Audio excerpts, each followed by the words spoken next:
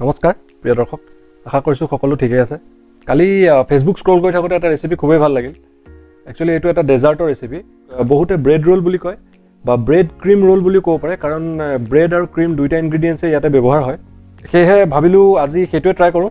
ৰেচিপিটো যদি ভাল লাগে তেতিয়াহ'লে চেনেলটো ছাবস্ক্ৰাইব কৰিব, ভিডিঅ'টো লাইক কৰিব, শ্বেয়াৰ কৰিব আৰু কিবা কমেণ্টত ক'বলগীয়া থাকিলে ক'ব। গতিকে আপোনালোকে নিশ্চয় চেষ্টা কৰিব বনাবলৈ, আৰু বৰ কষ্ট নহয় আৰু ইনগ্ৰিডিয়েণ্টছো খুব বেছি নালাগে। মই আপোনাক গোটেইখিনি দেখুৱাই দিম। তেনেহ'লে আহকচোন এতিয়া ৰেচিপিটো বনাবলৈ চেষ্টা কৰোঁ।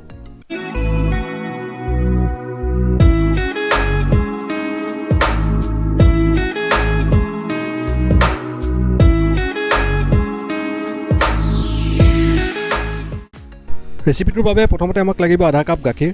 এয়া মই গাখীৰ এটা বাউলত লৈ লৈছোঁ। এতিয়া মই ইয়াত দি দিছোঁ এখন ডাঙৰ চামুচেৰে 2 চামুচ চেনি, আৰু চেনিখিনি আমি ভালকৈ মিক্স কৰি ল'ব লাগিব। চ' এয়া মই হুইস্কাৰডাল দি ভালকৈ মিক্স কৰি লওঁ চেনিখিনি গাখীৰৰ লগত। আৰু আমাৰ নেক্সট ইনগ্ৰিডিয়েণ্টটো হৈছে ব্ৰেড। আপোনালোকে শ্লাইচ লৈ ল'ব, লোফটো ল'লে এইটো বনাব নোৱাৰিব। গতিকে মই শ্লাইচ লৈছোঁ, আৰু পাৰিলে ডাঙৰ যোনটো শ্লাইচ থাকে সেইটো ল'ব। মই সৰুটো আনিলোঁ, গতিকে ৰোল কৰোঁতে অকণমান অসুবিধা হ'ব পাৰে। এয়া চাওক, এতিয়া মই ছাইডবিলাক এনেকৈ কাটি দিছোঁ। আপোনালোকে ছাইডবিলাক কাটি ল'ব। এতিয়া আমাৰ নেক্সট ষ্টেপটো হ'ল যে মই ব্ৰেডখন 2 ছাইড গাখীৰত ভিজাই ল'ম।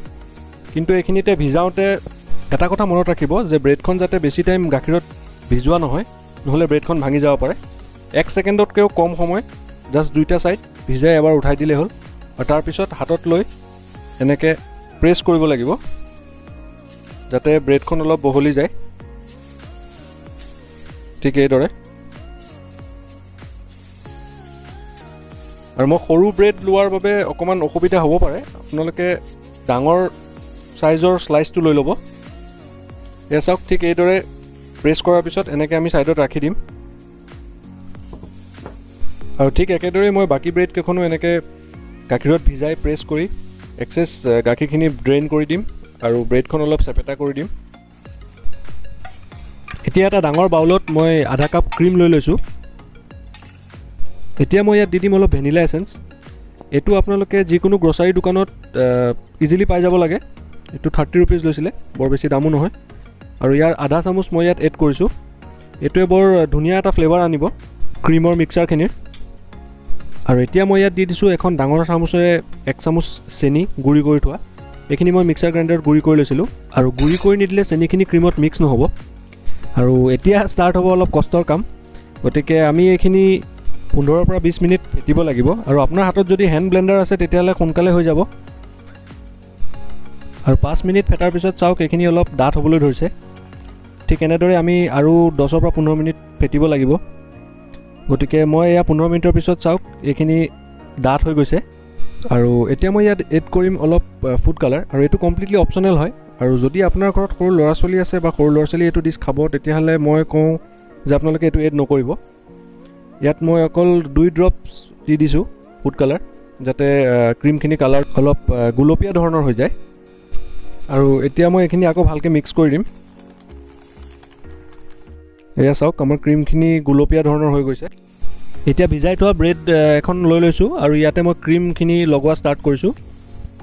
ক্ৰীম গোটেই ব্ৰেডখনত লগাব লাগিব, ঠিক এনেদৰে। আৰু এতিয়া মই ব্ৰেডখন এটা ছাইডৰ পৰা ৰোল কৰা ষ্টাৰ্ট কৰিম। লাহে লাহেকৈ উঠাই এইফালৰ পৰা ৰোল কৰা ষ্টাৰ্ট কৰিম। চাওক, ঠিক এইদৰে। মই সৰু ব্ৰেড লোৱাৰ বাবে মোৰ ৰোল কৰোঁতে অকণমান কষ্ট হৈছে। আপোনালোকে ডাঙৰ চাইজৰ শ্লাইচটো ল'লে অলপ বেছি সুবিধা হ'ব। এয়া চাওক, ঠিক এইদৰে ৰোল কৰিব লাগিব। আৰু এতিয়া মই ৰোলটোৰ 2টা মূৰত অলপ ক্ৰীম বেছিকৈ লগাই দিছোঁ, ঠিক এনেদৰে। আৰু আমাৰ bread cream roll almost ready হৈ গৈছে। এতিয়া অলপ ৰুকা নাৰিকল, যোনখিনি মই অলপ ভাজি থৈছিলোঁ, তাৰ ওপৰত ৰোলটো ঘূৰাই দিম যাতে নাৰিকলখিনি ৰোলটোৰ ওপৰত ভালকৈ লাগি ধৰে। এয়া চাওক, ঠিক এনেদৰে। আৰু এই ষ্টেপটোৰ কাৰণে আমি আগতেই নাৰিকল অলপ ৰুকি ভালকৈ ভাজি ল'ব লাগে, যাতে এইটো ফাইনেল ষ্টেপটোত আমি ইউজ কৰিব পাৰোঁ।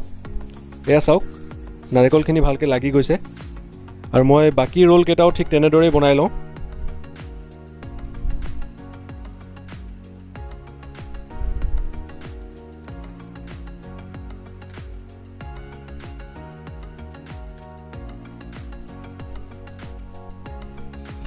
এয়া চাওক প্ৰিয় দৰ্শক, আমাৰ ব্ৰেড ক্ৰীম ৰোল ৰেডি হৈ গৈছে আৰু মই এয়া প্লেটত সজাই দিছোঁ। আৰু আপোনালোকে কমেণ্টত ক'ব কেনেকুৱা লাগিছে দেখাত। আৰু এতিয়া মই এটা ৰোল আপোনালোকক কাটি দেখুৱাই দিছোঁ। চাওক খুব কোমল হৈছে আৰু খাবলৈও খুবেই সোৱাদ হৈছে। মই এটা অলৰেডি টেষ্ট কৰি চালোঁ আৰু আপোনালোকেও আশা কৰিছোঁ এইটো বনাব আৰু টেষ্ট কৰিব আৰু মোক নিশ্চয় জনাব কমেণ্টছত যে খাই কেনেকুৱা পালে। খুবেই সহজ ৰেচিপি আৰু ইনগ্ৰিডিয়েণ্টছো বৰ বেছি নালাগে, গতিকে সকলোৱে এইটো বনাব পাৰিব আৰু খাবলৈও খুব সোৱাদ হয়। গতিকে গাইজ, মই ভিডিঅ'টো ইয়াতে সমাপ্ত কৰিছোঁ আৰু আশা কৰিছোঁ আপোনালোকে ভিডিঅ'টো চাই ভাল পাব আৰু নিজৰ বন্ধুসকলৰ লগত বা ৰিলেটিভছৰ লগত যাতে ভিডিঅ'টো শ্বেয়াৰ কৰে, যাতে তেওঁলোকেও এইটো ডিছ বনায়। আৰু মই আপোনালোকক লগ পাম আন এটা ৰেচিপিৰ সৈতে। ভিডিঅ'টো চোৱাৰ বাবে ধন্যবাদ।